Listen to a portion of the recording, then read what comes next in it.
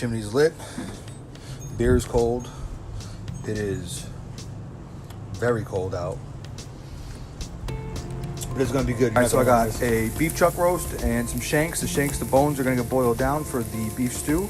And I'm just gonna give these a quick sear and then I'll show you the setup after this.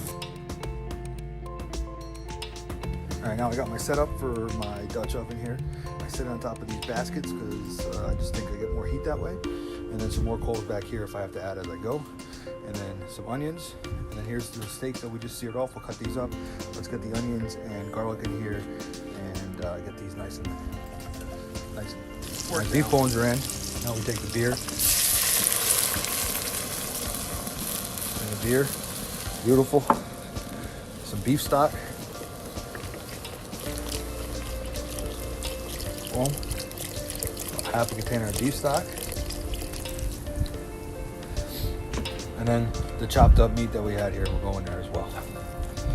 And that'll sit for a good couple hours, probably about 2 hours. And then we'll add the vegetables and everything else, but that'll be the good basis of the stock there. That's all she wrote, boys.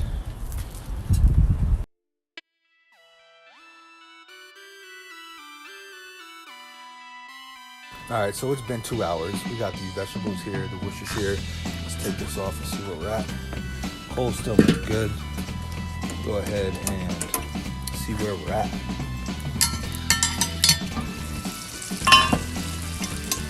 Oh, yes, sir. Beautiful. Go ahead and add these vegetables in and be good to go. You guys can only smell what's coming off of this kettle right now. We'll go ahead and add some Worcestershire. A couple tablespoons of Worcestershire.